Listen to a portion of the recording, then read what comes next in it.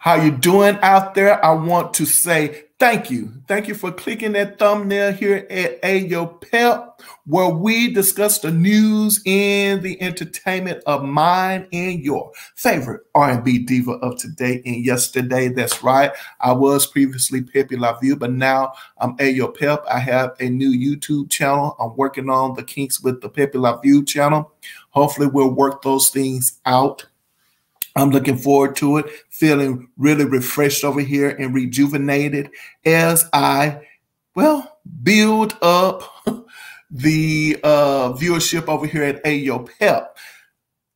I want this channel to be more of a dialogue than a monologue. Of course, you can go in and you can just hit the button, hit play, and then you can just listen to whatever it is the commentator is telling you about a particular artist. However, for me, this is definitely nostalgia. I love going back down memory lane, and in order for me to do that, I want to have this call of action again, as I said, to get to that 1,000 subscribers. And we can do that by, of course, subscribing to the channel, as well as liking the video, sharing the video, talking about or share with me about your favorite R&B diva today and as well as yesterday. And when I mean today, I pretty much mean like this very present moment, December the 27th, 2022. But yesterday, I'm talking about, of course, the 90s. I'm talking about the 80s, my personal favorite, the 70s and the 60s, right? But we can do that, as I said before, by hitting the subscribe button, the like button, as well as the share button. I'm looking forward to it. I am, as I said before, I am your, I am Ayo Pep, and I appreciate you guys stopping by. I do. And without further ado, what I want to do is I want to talk about these two ladies here briefly. As I said, I'm working on something and dealing with Luther Vandross and Stephanie Mills. I guess I don't know why I'm thinking about Stephanie Mills. Because she's a diva, right? She's one of my favorite divas. But Luther Vandross, as well as Stevie Wonder, I'm working on that. Those background singers that I love so much. I love a lot. Anywho, moving on from that, we're talking about Aretha Franklin and Natalie Cole. Aretha Franklin's Freeway of Love versus Natalie Cole's Pink Cadillac. Of course, they're similar, but at the same time, they're different. But I want to talk about what kind of led up to this. Why, at this moment in time, we have Aretha Franklin, Freeway of Love, and Natalie Cole's Pink Cadillac.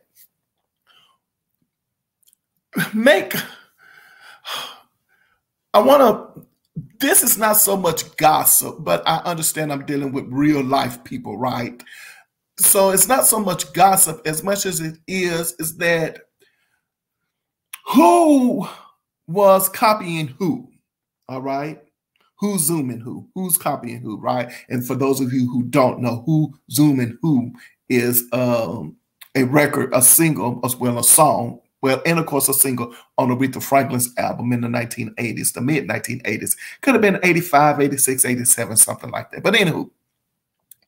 But Aretha Franklin, even though she has had an impressive career, especially starting out in gospel music, her career just really didn't kick off the way I guess everyone was looking for it to kick off. You know, it took her a while to find her groove, as well as any artist at the time. We're not going down that road discussing her as far as her career in that regards. However, by the time we get to 1967, Aretha Franklin has definitely, hit a stride, right? Because when she shows up in 1967, she releases an album, right? And I think the name of that album, just bear with me, is called I've Never Loved a Man the Way That I Love You. That's the name of the album. And that album produced some very impressive singles on it. Let's check this out for a second. I'm not going to show you, of course, the album. It's not necessary for me to do that. But it was released in 1967. It went to number 2 on the U.S. charts, as well as number 1 on the R&B chart. The record did. I've never loved a man the way that I love you. And I'm just saying, for me personally, but anybody can, everybody have their opinion about anything. It was released March 10th, 1967 by Atlantic Records. Now, get this.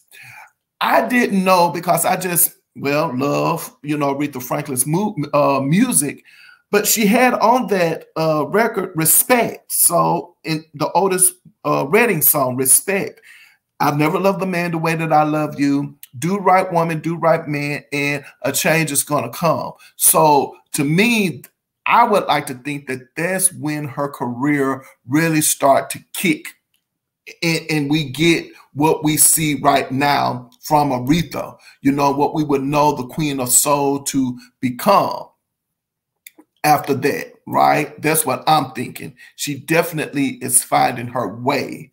Now, some few years forward, we get to her Lady of Soul record, and the Lady of Soul record has Chain of Fools on it. It has, what else is on that record? We have Chain of Fools, You Make Me Feel Like a Natural Woman. Oh, I'm just now recently listening to Aretha Franklin music as of maybe last week. And so there's a song on there called Sweet, Sweet Baby, Since You've Been Gone. I love it. I love it. Ain't No Way. And this record was released, Lady Soul was released in 1968. So we have 1967, I Never Loved a Man the Way That I Love You. And keep in mind, Aretha Franklin usually sometime will release more than one record a year. It is what it is. And then, of course, we have in 1968, correct? It's called Aretha Now. We have Think, I Say a Little Prayer, another one, another good one. That's on that record. And then we go on to another record that she released.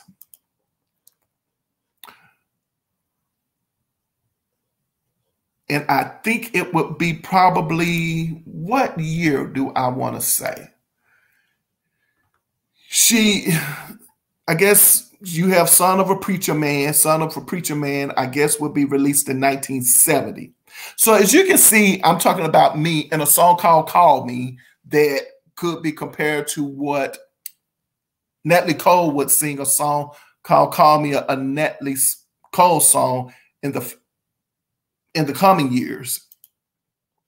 So again, as you can kind of tell that Aretha Franklin, from a little, pup such as myself, and when I say a little pup, I'm basically saying that I'm kind of wet behind the ears when it comes to her entire catalog. Keep in mind, I am a fan of the 1970s. The 1980s. All right. So this for me is when I'm like, oh my gosh, I'm really and truly digging Aretha's music. So Aretha is coming along, slowly but surely she's getting there. And I guess what I'm trying to do is that I'm trying to move forward in her career until I get to when Natalie Cole burst along the scene. So then we have Young, Gifted, and Black, which was in 1972. All right. And you have Daydreaming. Daydreaming is a song that Natalie Cole will record in the 2000s. You have Rocksteady on that record, another great one. And then, of course, the very iconic Amazing Grace in 1972. So what you can see here is that Aretha is really finding her groove, pun intended. She's finding her groove in the 1970s.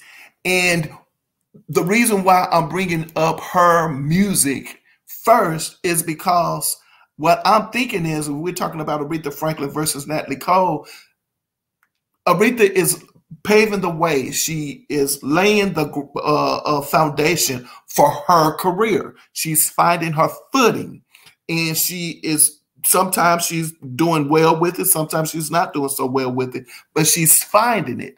And for me, I would like to think that for someone such as Natalie Cole, who's going to come along, Natalie Cole is not going to make those mistakes in the beginning, right? Because they already have someone in mind, a blueprint, and that blueprint could easily be Aretha Franklin's blueprint. I don't have the inside track to this. I'm just basically stating an opinion. It's definitely not a fact, and that's what I like about what we do over here. What we do over here is we just get into a discussion about, what we think about, their careers. And so for me, I'm thinking that when Natalie Cole comes along the scene in 1975, Aretha Franklin is pretty much, she's kind of where she needs to be.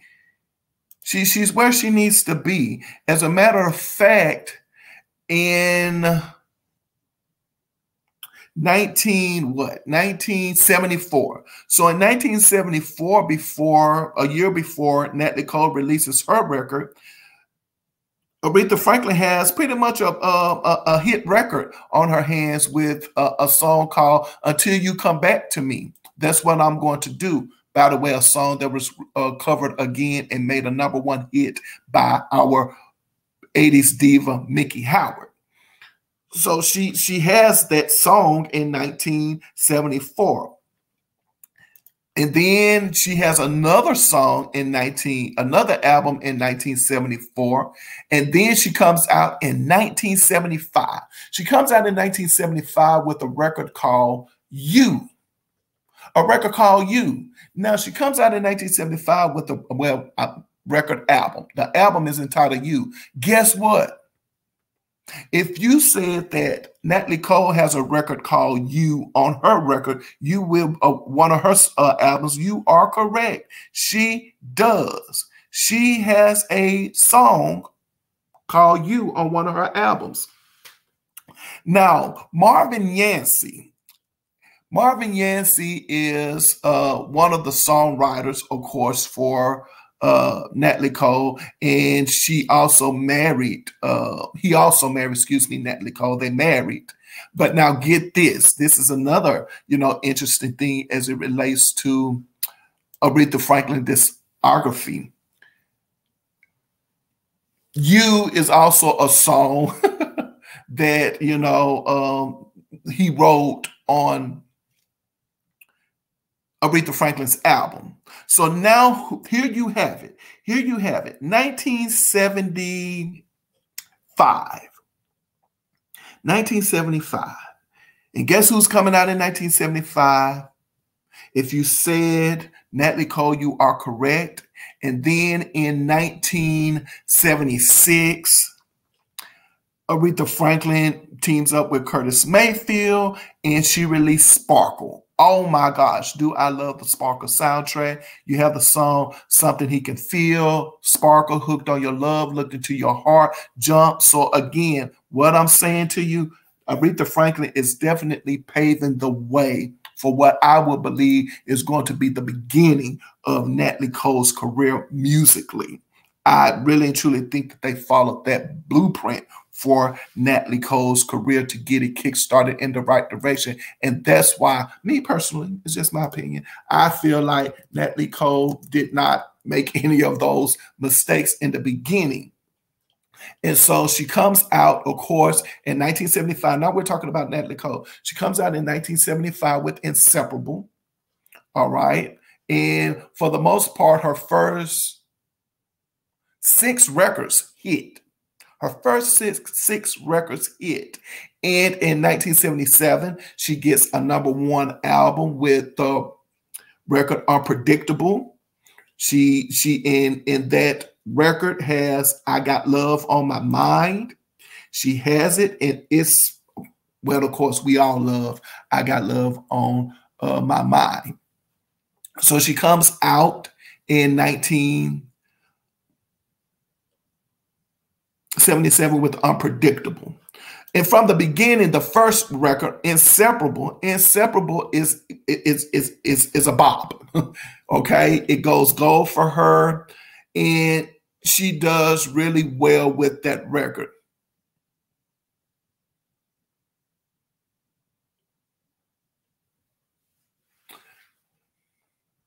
And it does well for herself. And she continues to do well. And so now what we see here, right? What we see here, for me personally, is the back and forth of their careers.